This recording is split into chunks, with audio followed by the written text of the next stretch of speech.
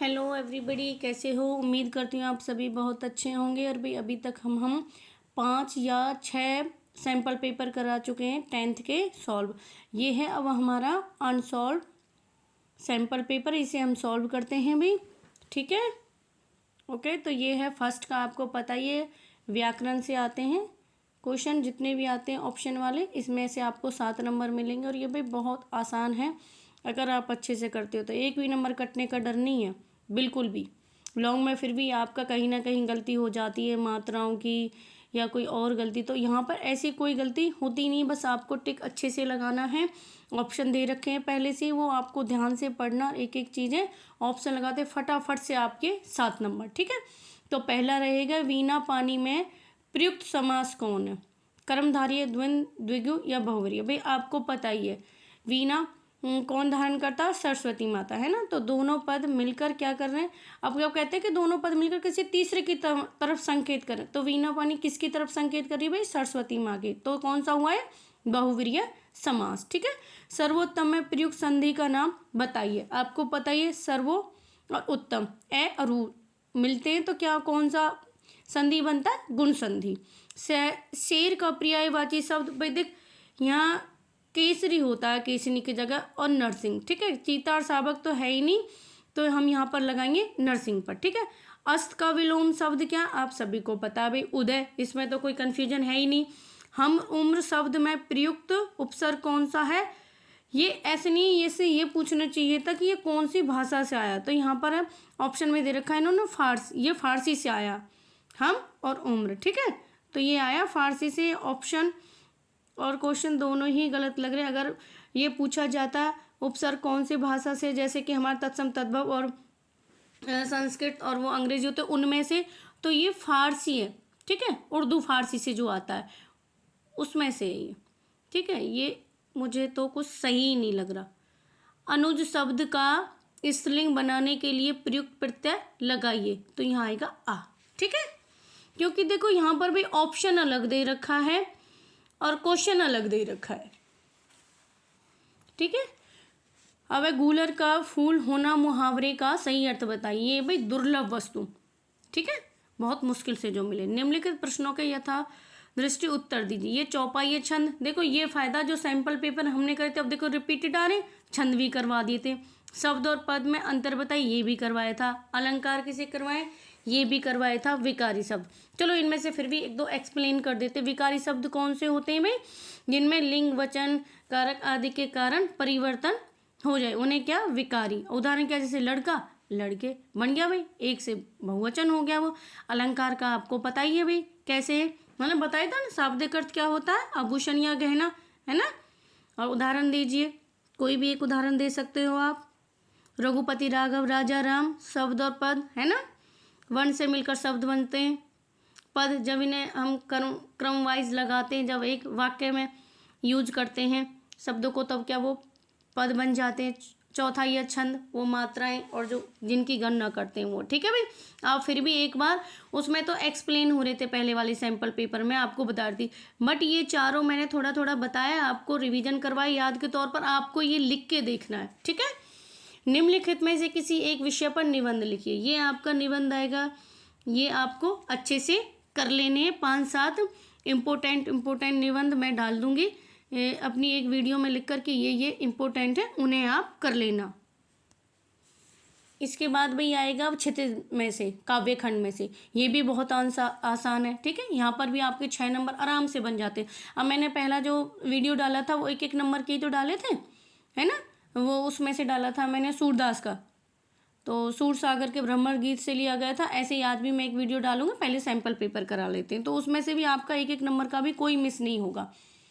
गोपियों के लिए व्याधि क्या है, रोग, कल भी करवाया था, अगर आपने मेरे वीडियो देखा हो तो उसमें था ये। सुनी रिसाई बोले मुनि कोही में, कोही का क्या अर्थ है, कोई का अर्थ है कोई। कौन अपनी कहानी गुनगुनाकर कह जाता है, मधुप मन, है ना। अपने मन की जो बातें हम गुनगुनाकर कहना चाहते हैं। उत्साह कविता में अज्ञात दिशा से किसके आने की बात कही, अनंत के घन, मतलब चारों तरफ से कोई भी दिशा ना हो पर कहीं से भी घन मीन्स बादल आ जाए। दंतुरित मुस्कान में कवि के ध्यान आकर्षण कौन थे? कवि का संतान थी, है ना, जो वो बहुत दिनों के बाद वो मिलते हैं उससे, और वो उसकी मुस्कान, बच्चे की मुस्कान कवि को बड़ा ही मनमोहक लगती है। संगतकार कविता में स्वामी या टेक को छोड़कर गीत के चरण को क्या कहते हैं? अंतरा। ठीक है भाई, ये है काव्यांश को पढ़कर प्रश्नों के कुछ उत्तर देने हैं।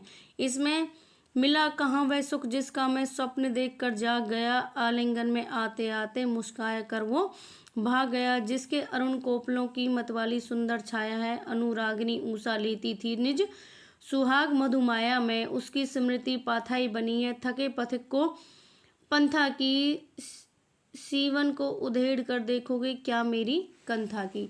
अब ये इससे रिलेटेड कुछ क्वेश्चन है, ये आपको पढ़ना। कभी नींद से क्यों जाग गया? क्योंकि उसकी नींद, देखो ये शुरू में ही है ना, जिसका स्वप्न वो देख रहा था, बट अचानक से क्या नींद खुल जाती। कभी किसे आलिंगन में लेने को आतुर थे? अपनी प्रेयसी, आई थिंक अपनी पत्नी को वो अपनी प्रेयसी मानता था।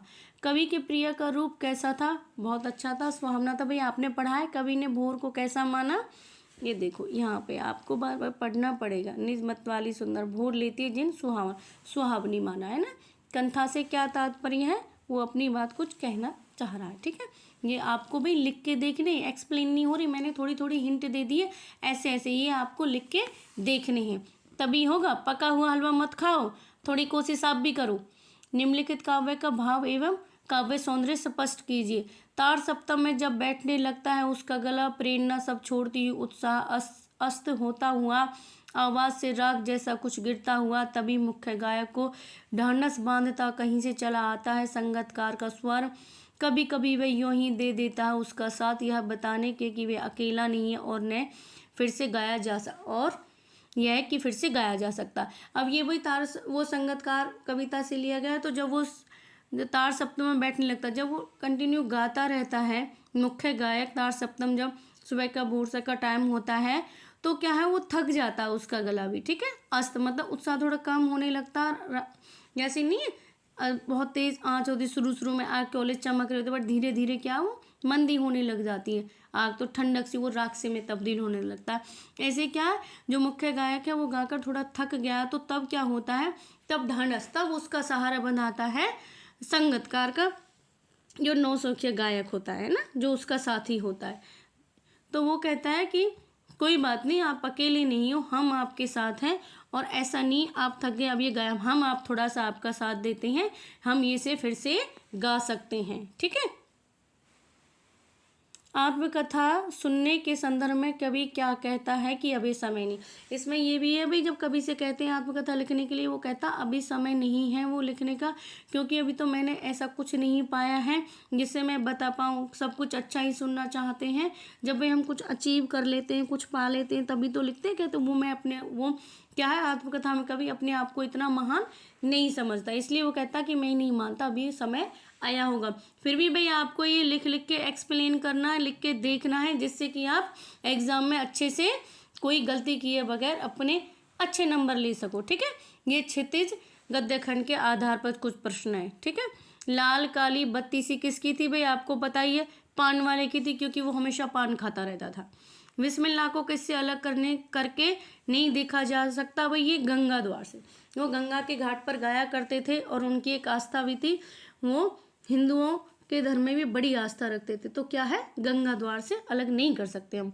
मनु भंडारी 20वीं सदी की सबसे बड़ी उपलब्धि क्या मानती है? वो 15 अगस्त 1947 को। भगत के बेटी की चिता को आग किसने दी थी? पोतहू ने। मनुष्य की संस्कृति की जननी कौन है? भौतिक जरूरत है। जब उसे भी ठंड लगी तो उसने आग का आविष्कार, जब उसे खाना, वो कच्चा खाना खा रहा था तो उसने आग का आविष्कार किया, और जब उसे ठंड लग रही थी तो उसने सुई का आविष्कार किया। तो भौतिक जरूरतें थी। खीरे की पनियाती फांके देखकर मुंह में पानी जरूर आ रहा था। यहाँ पनियाती का क्या अर्थ है? यहाँ का रसीला, जब वो थोड़ा नमक और वो डालते हैं तो क्या, खीरा थोड़ा पानी सा छोड़ने लगता था और वो रसीला हो गया था। ये गद्यांश को पढ़ना है और फिर क्वेश्चन दिए गए हैं। शहनाई के इसी मंगल ध्वनि के नायक बिस्मिल्लाह खां साहब 80 बरस के सुर मांग रहे हैं, सच्चे सुर की नेमत। 80 बरस की 5 वक्त नमाज इसी सुर को पाने की प्रार्थना में खर्च हो जाती है। लाखों सजदे इसी एक सच्चे सुर की इबादत में खुद के आगे झुकते हैं। वे नमाज के बाद सजदे में गिड़गिड़ाते हैं, मेरे मालिक एक सुर बख्श दे। सुर में वह तासीर पैदा करके आँखों के सच्चे मोती की तरह अनगढ़ आंसू निकल आए। ये भाई बहुत इंपॉर्टेंट चैप्टर है, मैंने बताया था आपको, है ना। पाठ और लेखक का नाम क्या आपको पता ही है, नौबत के खाने इबादत और यतीन्द्र मिश्र जी इनके लेखक हैं। ठीक है। शहनाई की ध्वनि को क्या कहा गया, मंगल ध्वनि। बिस्मिल्लाह खां कब से शहनाई बजा रहे थे और क्या मांग रहे थे, वो पहले इसी में 80 बरस हो गए थे उन्हें बजाते बजाते, और वो क्या है, सुर मांग रहे थे। सच्चे सुर की नेमत का आशय क्या है, कहते हैं कि सब कुछ सच्चे स्वर में ही है, इसके अलावा और कुछ नहीं है। नमाज के बाद बिस्मिल्लाह का शब्द में क्या कहते हैं, ये पढ़ो, मेरे मालिक सुर बख्श दे, ये कहते हैं वो। ये भाई यतीन्द्र मिश्र का जीवन परिचय भी मैंने करा दिया, रामवृक्ष बैनीपुरी का भी मैंने जीवन परिचय करा दिया, आप देख लेना। काशी में हो रहे कौन से परिवर्तन बिस्मिल्लाह खां को व्यथित कर रहे थे, एक तो भाई जलेबियाँ थी, है ना, जो घी में बनती थी, अब वो नहीं बन रही हैं। वो लोगों का व्यवहार जो बदल रहा था, वहाँ का संगीत थोड़ा थोड़ा उन्हें व्यथित कर रहा था। अब पहले जैसी उन्हें काशी नहीं लग रही थी, है ना। ये उसे व्यथित कर रहा था कि इतना कैसे बदल रहा। अच्छे से एक्सप्लेन कर लेना, मैं थोड़ा थोड़ा हिंट दे रही हूँ आपको याद दिलाने कि ऐसा कुछ था। ये आपको लिख के जरूर देखने हैं। सभ्यता और संस्कृति का अंतर। सभ्यता का है क्या है भाई, जो संस्कृति लोग जो हम आविष्कार कर चुके हैं, और सभ्यता वाले क्या, जो उस आविष्कार को भोगते हैं, उसका सुख। ठीक है। जैसे संस्कृत मनुष्य ने आग और सुई का आविष्कार किया और सभ्य लोगों ने इसको भोगा, उससे मतलब फायदा उठा, अपना आरामदायक जिंदगी उनकी हो गई थी। ये कृति का भाग 2 के आधार पर निम्नलिखित प्रश्नों को उत्तर दीजिए।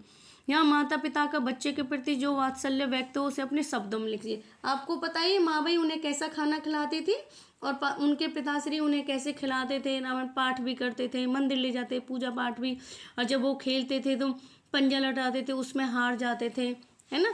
तो ये आपको हिंट दे रही हूँ मैं, करने हैं आपको। इस पाठ में बच्चे की जो दुनिया रची गई है वह बचपन की दुनिया में किस तरह भिन्न है।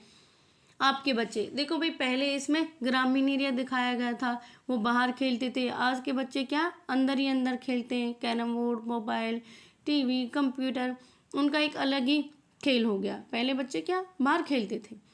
सना सना हाथ जोड़ी पाठ में झरने की संगीत की विलीन आत्मा, ये क्या संगीत पर प्रकाश डालिए।